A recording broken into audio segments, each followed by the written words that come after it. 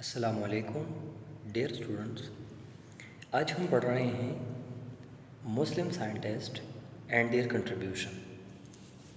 سب سے پہلے آپ کو ذہن میں یہ بات یاد رکھنی چاہیے کہ سائنس کی تاریخ میں، سائنس کی ہسٹری میں مسلمان سائنسدانوں نے انتہائی اہم رول ادا کیا ہے۔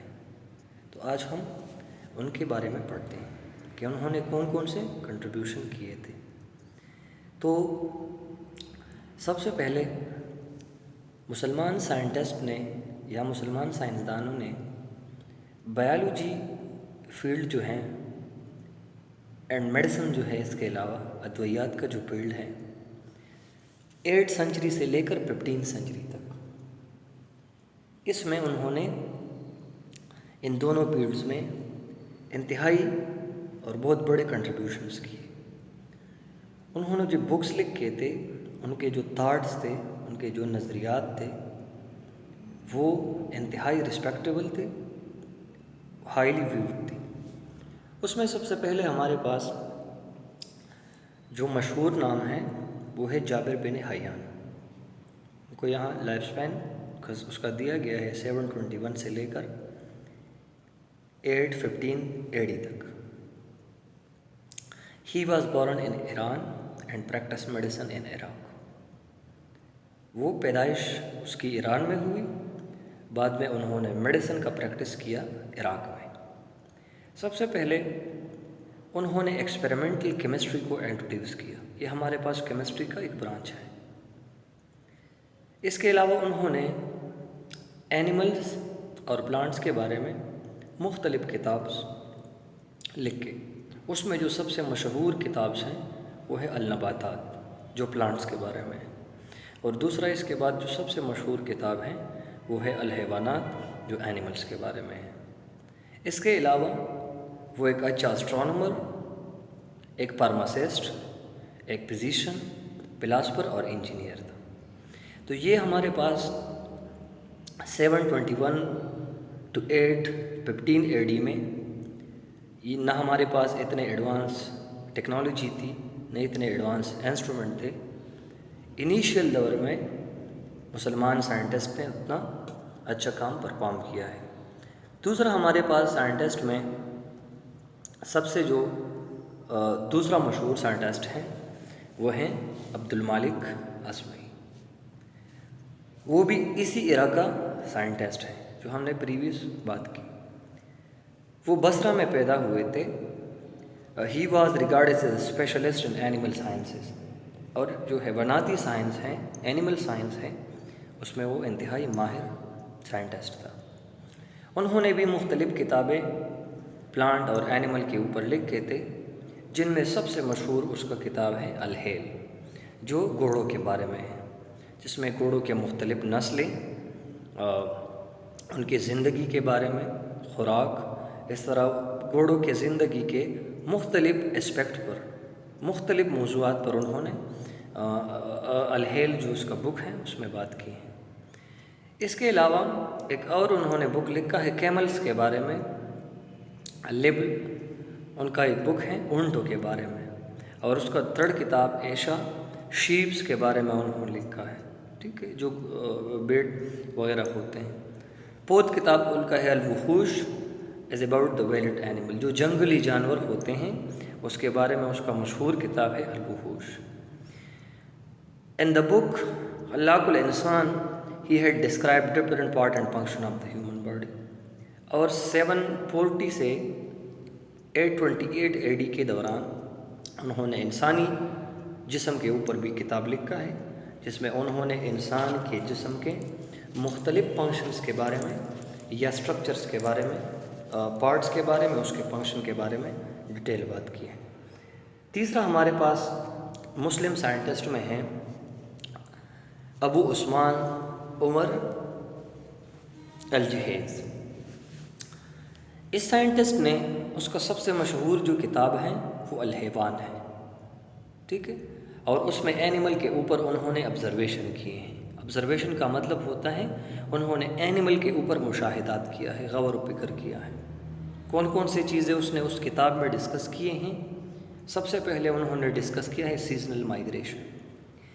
سیزنل مائگریشن کا مطلب یہ ہوتا ہے کہ جو پرندے ہوتے ہیں، مچھلیاں ہوتے ہیں، اس طریقے سے جو ادر اینیملز ہیں، وہ خاص موسم کے لحاظ سے، سیزن کے لحاظ سے ایک علاقے سے دوسرے علاقے میں مائگریٹ ہوتے ہیں۔ جیسا کہ آپ جانتے ہیں کہ ہمارے پاکستان میں موسٹلی کے پی میں یہاں کچھ ایسے برڈز ہیں جو ونٹر سیزن میں نہیں ہوتے پھر سمر سیزن میں آ جاتے ہیں، کچھ سمر سیزن میں نہیں ہوتے پھر ونٹر سیزن میں آ جاتے ہیں۔ دس از کالڈ سیزنل مائگریشن۔ اس کو سیزنل مائگریشن کہا جاتا ہے، ٹھیک ہے۔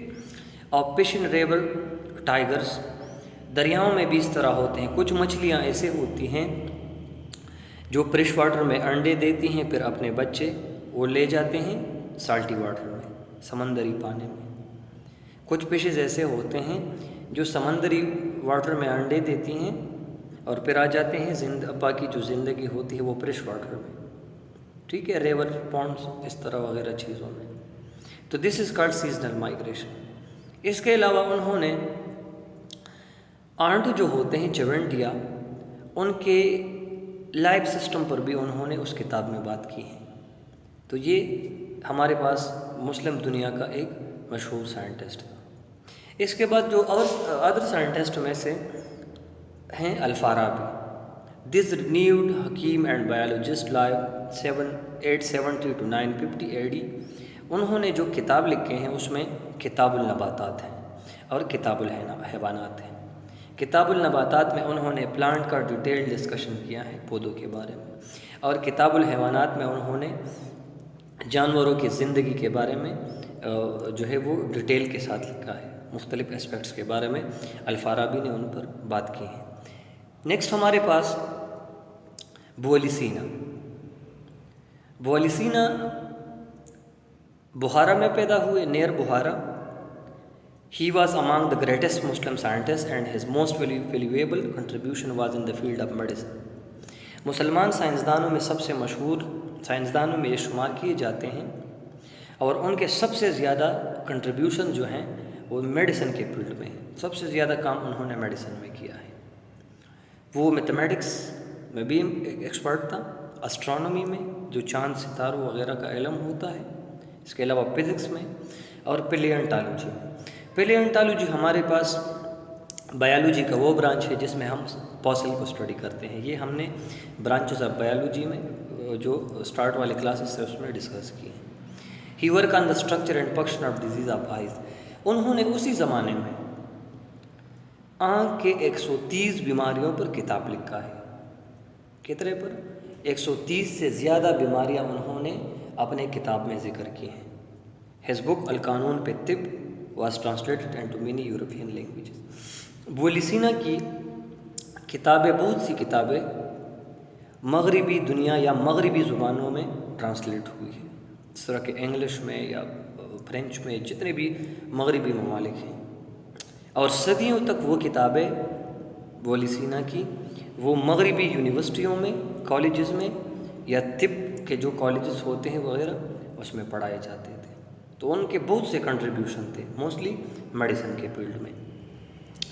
اس کے بعد ہمارے پاس ہیں عبدالقاسم الزہروی۔ یہ مسلم دنیا کا ایک عظیم سرجن تھا، اور یہ 936 AD میں پیدا ہوا، پھر 104 AD میں اس کی ڈیتھ، انتقال ہوا۔ اور یہ سب سے مشہور تھا کڈنی جو سٹون ہوتے ہیں یورینری بلیڈر میں، جن لوگوں کا مثانے میں سٹون ہوتا تھا، جس طرح ہم نے 8 کلاس میں یہ ڈسکس کی ہے کہ کڈنی سٹون کیا چیز ہیں، کہاں کہاں پر ہوتے ہیں۔ تو اسی زمانے میں عبدالقاسم الزہروی ایک انتہائی عظیم سرجن تھا، اور یہ سب سے سرجری میں سب سے مشہور تھا یورینری بلیڈر کے سرجری میں۔ اگر کسی کا مثانے میں سٹون ہوتا تھا تو اس کی وہ انتہائی سکسیسفل سرجری کر دیتا، ٹھیک ہے۔ اس کے بعد ہیں ابن الہاشم یا ابن الحکم۔ He lived 965 to 1039 AD and he was one of the most outstanding biologists of the Muslim world۔ یہاں پر یہ جو سائنٹسٹ تھا ابن الحاتم، مسلم دنیا کا یہ سب سے عظیم بایولوجسٹ تھا. Basically he was an ophthalmologist. He corrected the Greek concept of vision. Ophthalmologist جو آئی ایکسپرٹ لوگ ہوتے ہیں, اپتھمالوجی اسٹڈی آف آئیز. تو ویژن کا جو کنسیپٹ ہیں کہ کس طرح ہم چیزوں کو دیکھتے ہیں, جو اصول ہیں, locating retina as a set of vision, تو یہ سب سے پہلے انہوں نے کریکٹ کی تھی. اور اس کا سب سے مشہور کتاب ہے کتاب المناظر اینڈ میزان الحکمہ. یہ لاطینی زبان, یہ اس کے علاوہ یونانی زبان اور مختلف مغربی زبانوں میں ان کے یہ اس طرح کے بکس ٹرانسلیٹ کیے ہیں. ٹھیک ہے, تو ابن حاتم جو تھے یہ انتہائی عظیم سائنٹسٹ تھے. اس کے بعد ہمارے پاس جو یہ لاسٹ تھا, ہوم اسائنمنٹ اسٹوڈنٹس آپ کے لیے کیا ہوگا.